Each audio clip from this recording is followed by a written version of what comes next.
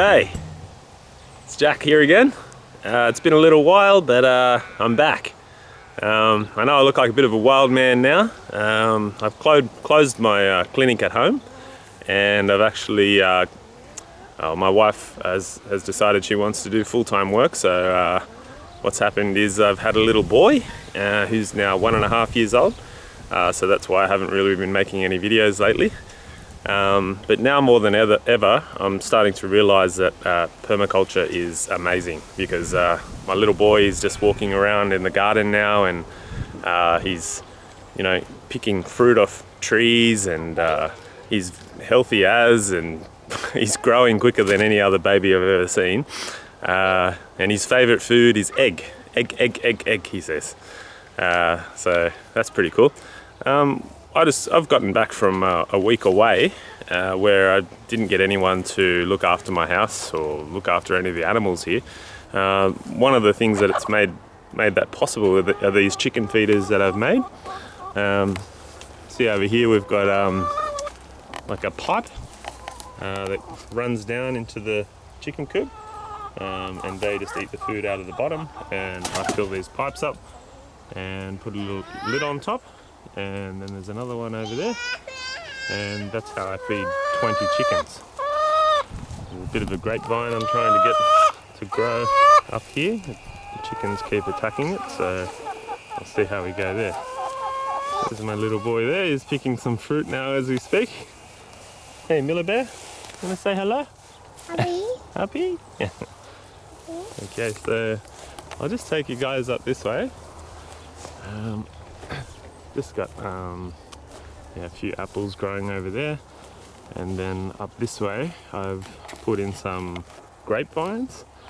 I put them in a row mainly because it's aesthetically pleasing, and also it sort of maximizes the amount of sun that they're going to get on the grapes. Just further in through there I've got a few things going to seed, and then that's my garlic patch that I'm getting ready for March, April when I plant my garlic. That's one good way of doing sort of like a no dig sort of thing. You just lay some cardboard down, and eventually underneath it becomes really good soil once all the worms get under there, and blocks out the sun and that sort of thing, which is pretty exciting. Probably haven't seen fruit on my trees, so I usually do these videos in winter, but yeah, at the moment there's quite a lot of fruit on the trees. I've got these raised garden beds now, which are really great. They're actually at the same height as my waist, so that I don't need to bend over. I just can do all the gardening by just reaching in. And then over this way I've got the lilies blooming at the moment. Down here is my little asparagus patch. Asparagus needs a hell of a lot of mulch to sort of get going. It'll just keep eating and eating and eating mulch. So yeah, that's just one of the things that you have to do with asparagus. Over here are my wife's lilies. She loves her lilies, and they seem to be multiplying every year as long as you keep them mulched in.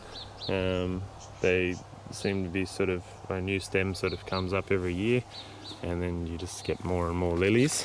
The cherries have all finished fruiting now.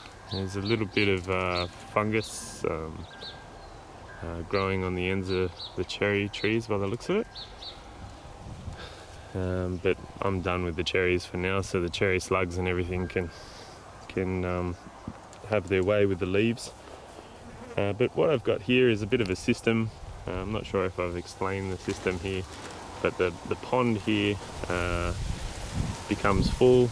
There's a bit of a spring that feeds the pond, and then the water sort of drains through the pond and comes down through the contour of the land, which then waters the blueberries, which normally need a lot of water. Blueberries is something else that yeah, I've finished fruiting pretty much now.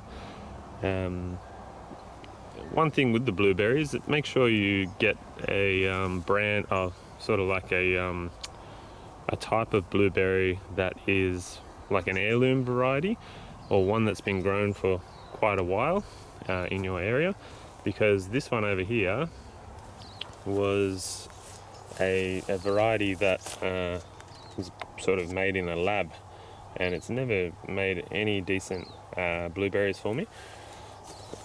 And once again this year it's just fruited out and made rubbish blueberries, which is unfortunate.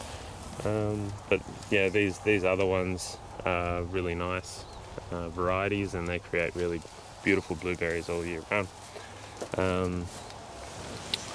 So yeah, coming up this way, the archway is starting to come together.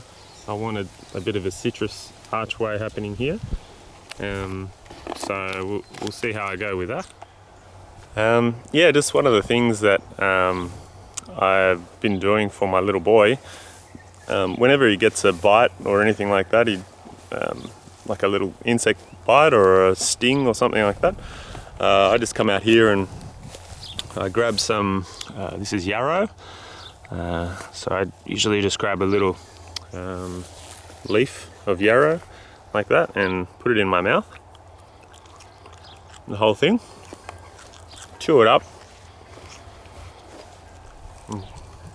until you really get the juices going, and you make almost like a poultice out of it and push it onto the bite and really squeeze the juices out of the leaves, and then that sting basically goes away.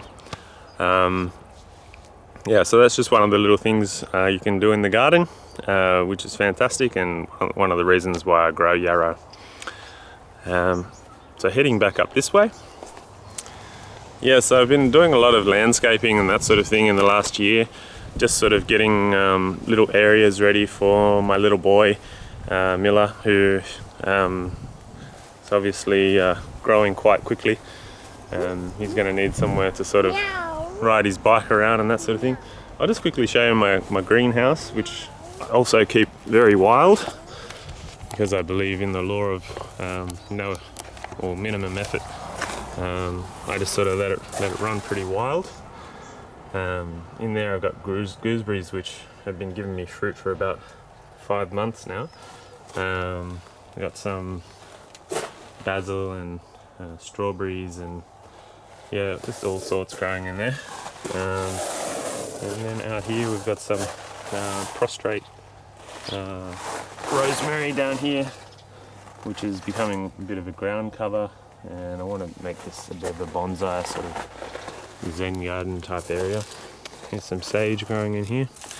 It's really good for runny nose. If you've ever got a bit of a runny nose, you can make a tea out of the sage, and it seems to clear it up for me.